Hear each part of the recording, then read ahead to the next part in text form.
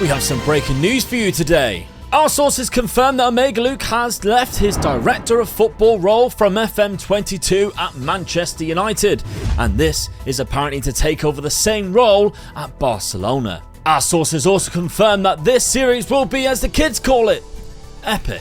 There is a slight catch to this series, however, which I'll explain once I show you how I'm going to do this. I have made the Barcelona manager Xavi the assistant manager, and I'm going to give him all the responsibilities for the matches, including tactics and team selection by holidaying and not ticking these two boxes. Delegates that responsibility to my assistant manager, which is Xavi, meaning that he is technically the manager, and I will be solely in charge of the transfers and contracts for the club, transfers in and transfers out, just like a director of football. But here's the catch to make this an even harder challenge. Barcelona are in a lot of debt, as we know, and their wages make it a struggle to meet the maximum squad salary. So in this series, I can only sign players with the money that I make from players that I sell. For example, this first season, Barcelona sold 90 million euros this summer and only paid for 2 transfers, costing a total of 38 million. So there's roughly 40 million pound in the bank. So I've got to sell to buy every season to hopefully bring up some transfer budget so that I can actually spend it, whilst also trying to match Xavi's 4-3-3 favoured formation. And my targets for this season is most likely the fullbacks and maybe the left midfield.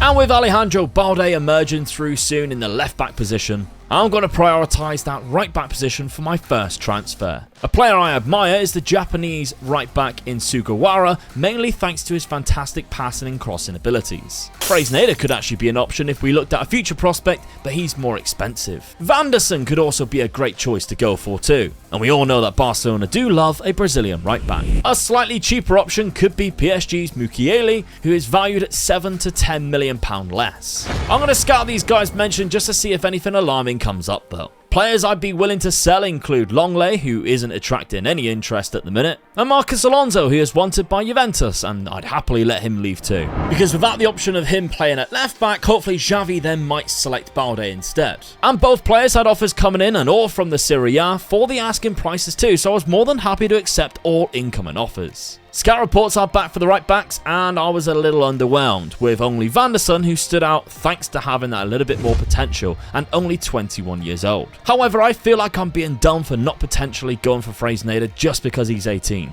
He is certainly a future prospect, but I feel like Xavi will just never end up using him and won't develop. So I'm going to risk going for Vanderson instead. 22 to 34 million. It might actually cost me more money than what FIRECUDA would, but that's fine. How much do they want for him? 23 is 14, 23 is 7.5. Okay, I'm actually happy with that. Around about 30 million pound. It's not too bad, really. Contract-wise, it was the right call too, with him only asking for 38k, and I was even able to lower that down as well as the signing-on fee, which meant I could save on wages if I also sold Sergio Roberto. Annoyingly, I couldn't get rid of Longley, who opted to stay and rejected the other contracts. But Marcos Alonso was gone, and we got our first transfer completed in Vanderson.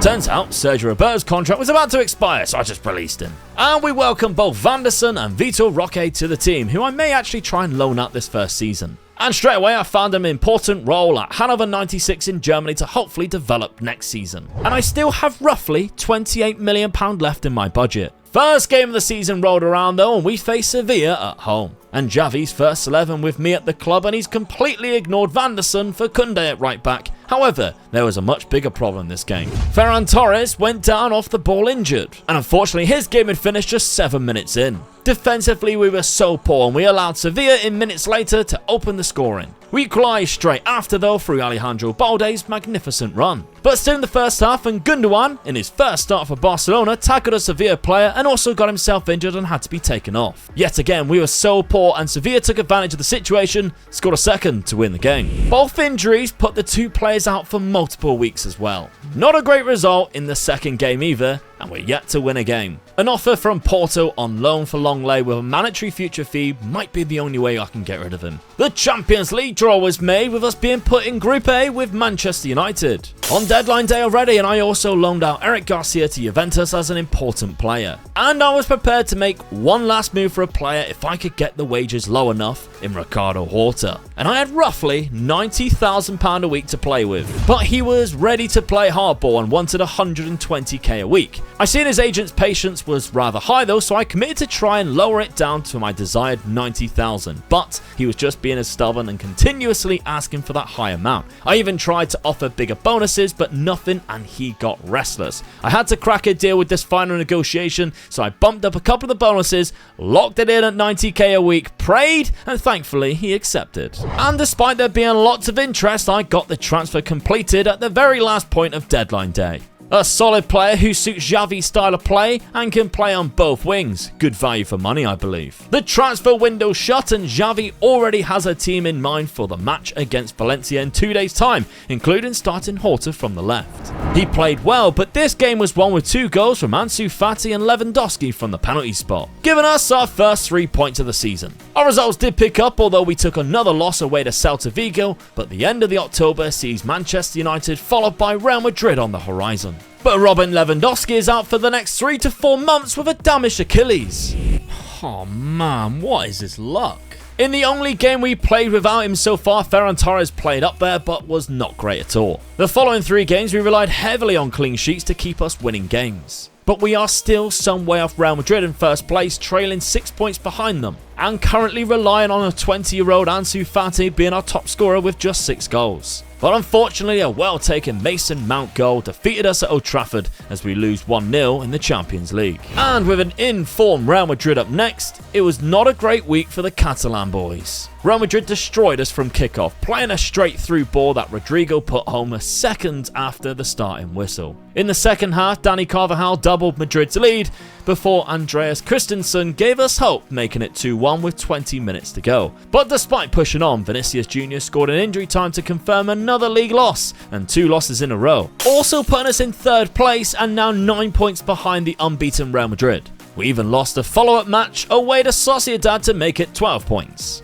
I could genuinely get sacked here. But the Mallorca game right after maybe was a turning point, and Ferran Torres actually stepped up. Not to mention Ricardo Horta banged in a beautiful free kick, and we finished the game 3-0 winners, actually playing like Barcelona should be playing. Even taking that performance into the following match of the Champions League, beating Manchester United. And while we began our run into the festive period, Real Madrid continued to win games and stayed 12 points ahead. That was until December, when they took a hammering against Real Betis. And then they lost to Levante 2-1. And they also drew games in between against Sociedad and Mallorca. And while all that was happening, we couldn't stop winning games. Still without Lewandowski, who is just about to return, but it's January, and although the board have given me another £40 million, I can't spend it. So maybe I need to cash in a couple of these wanted players for a backup striker, because I think I have found a player that would be perfect for that role. Perfect to help us catch up to Atletico Madrid. What?